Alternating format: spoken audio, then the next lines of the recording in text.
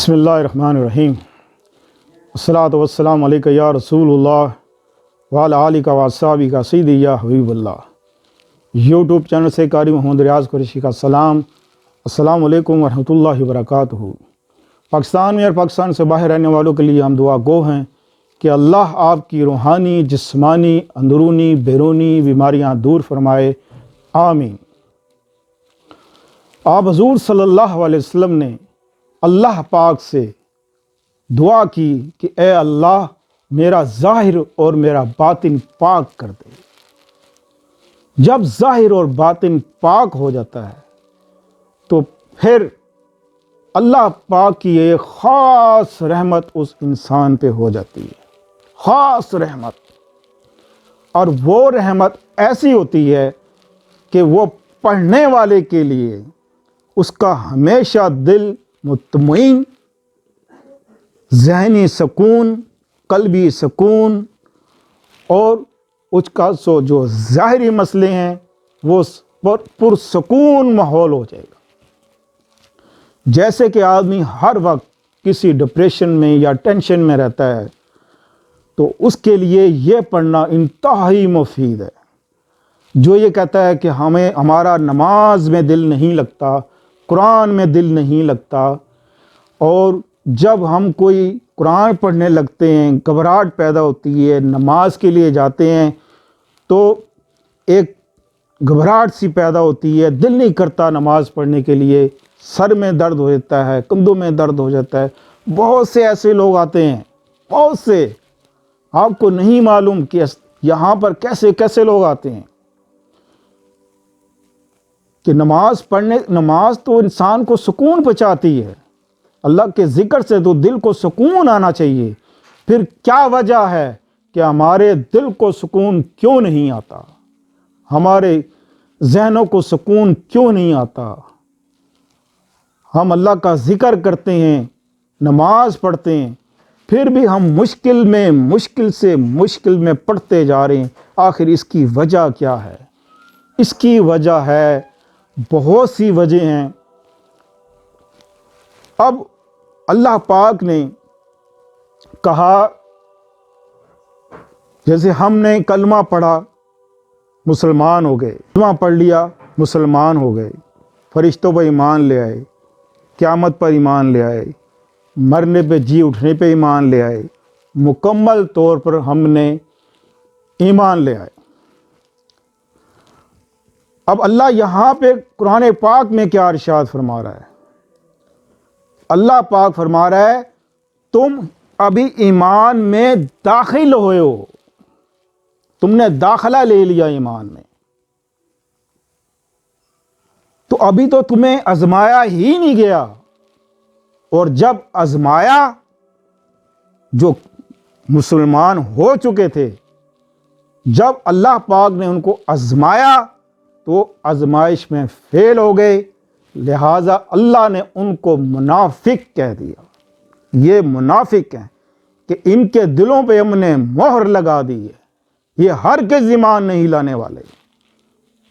کہ وہاں فوراً اللہ پاک نے حکم دیا کہ جہاد کرو۔ جب جہاد کا وقت آیا تو آپ ان میں سے جن کے دل میں کباہت تھی، بہت سے مسلمان ایسے تھے، تو انہوں نے لاکھ بہانے بنائے کہ ہمارے گھر کھلے ہیں، ہمارے دروازے کھلے ہیں، ہمارے گھروں میں بچیاں ہیں، بچے ہیں، غربت ہے، یہ ہے، وہ ہے، بہت سے ہیلے وسیلے بنائے۔ جو اوکھے سوکھے گئے تھے وہ بھی واپس پلٹ کے آ گئے۔ تو پھر اللہ نے ان کو منافق کہہ دیا اور ان پر لعنت بھیج دی۔ وہ پرچے میں فیل ہو گئے تھے مسلمان۔ اب جب ہم مسلمان ہیں اور اللہ نے ایک جو قرآن پاک ایک ہمیں تحفے دیا کہ یہ ایک امتحان ہے، یہ قرآن پاک ایک کتاب، یہ تمہارے لیے ایمان والو امتحان ہے، جو اس میں پاس ہوگا وہ جنت میں جائے گا۔ اب دیکھیں کہ ایک بچہ میٹرک میں پڑھتا ہے، میٹرک میں اس نے داخلہ لے لیا، اس نے بکیں بھی لے لیں، یونیفارم بھی لے لیا، داخلہ بھی لے لیا، لیکن کیا ہوا کہ پورا سال اس نے کتابیں کھول کے بھی نہیں دیکھی، پڑھا بھی نہیں، اور امتحان دینے چلا گیا، اور فیل تو اس نے ہونا ہی ہے پھر۔ اور وہ پرچہ میٹرک کا آؤٹ بھی ہو جائے تو وہ بڑا خوش ہوتے ہیں بچے، پیپر آؤٹ ہو گیا، تو پھر دوبارہ سے پیپر دینے پڑتے ہیں۔ اب یہ ایک ایسا پیپر ہے، قرآن پاک یہ ہے ہی آؤٹ، اللہ پاک نے صاف بتا دیا کہ یہ کرنا ہے اور یہ نہیں کرنا۔ اب ہم وہ کر رہے ہیں جو جس چیز سے اللہ منع کر رہا ہے، ہم وہ کام کر رہے ہیں، اور وہ کام نہیں کر رہے